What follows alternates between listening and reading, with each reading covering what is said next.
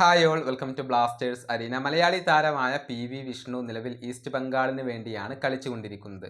മികച്ച പ്രകടനമാണ് ഈ സീസണിൽ അദ്ദേഹം നടത്തിയിട്ടുള്ളത്. 4 ഗോളുകളും 3 അസിസ്റ്റുകളും അദ്ദേഹം സ്വന്തമാക്കിയിട്ടുണ്ട്. അതുകൊണ്ട് തന്നെ ചില ക്ലബ്ബുകൾക്ക് അദ്ദേഹത്തിൽ താല്പര്യമുണ്ട്. ഇപ്പോഴിതാ ഒരു റൂമർ പുറത്തേക്ക് വന്നിട്ടുണ്ട്. മുംബൈ സിറ്റി FCക്ക് PV വിഷ്ണുവിനെ സ്വന്തമാക്കാൻ താല്പര്യമുണ്ട്. വളരെ സീരിയസ് ആയിക്കൊണ്ട് തന്നെ അവർ പരിഗണിക്കുന്നുണ്ട് എന്നുള്ളതാണ്.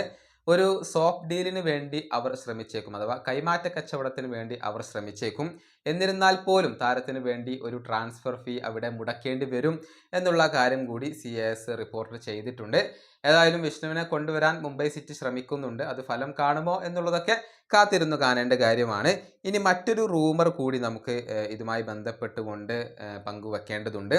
അതായത് മോഹൻ ബഗാന്റെ താരമായ ദിമിത്രി പെട്രറ്റോസ് ക്ലബിനകത്ത് തുടരുമോ ഇല്ലയോ എന്ന കാര്യത്തിൽ കുറച്ചുകൂടി വ്യക്തതകൾ കൈവരേണ്ടതുണ്ട്.